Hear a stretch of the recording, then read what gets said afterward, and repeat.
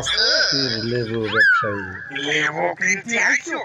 লেবু তা তোমার কি ব্যাংক ব্যালেন্স আছে? লেবু কেনার জন্য ব্যাংক ব্যালেন্স পাগল লাগবে। না? ওরে বাবারে, এক লেবু কেনার জন্য লোকজনের কোম্পানি বন্ধক চেয়ে আমার কাছে লেবু কিনে নিয়ে যাচ্ছে। তাই নাকি? আছে, আমারও একটা অ্যাকাউন্ট আছে সুইস ব্যাংকে। আমি পারবে নাকি? এই নাও তোমার লেবু।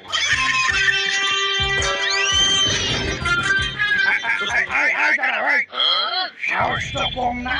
এত দামি লেবু নিয়ে তুমি একা একা চলে যাচ্ছ উইদাউট গার্ড। কাজ লাগবে কেন? আমার এই 2 গার্ড নিয়ে দাও, আর আসার সময় 1 লাখ টাকা বকশিশ হিসাবে দিয়ে দিবা হাতে।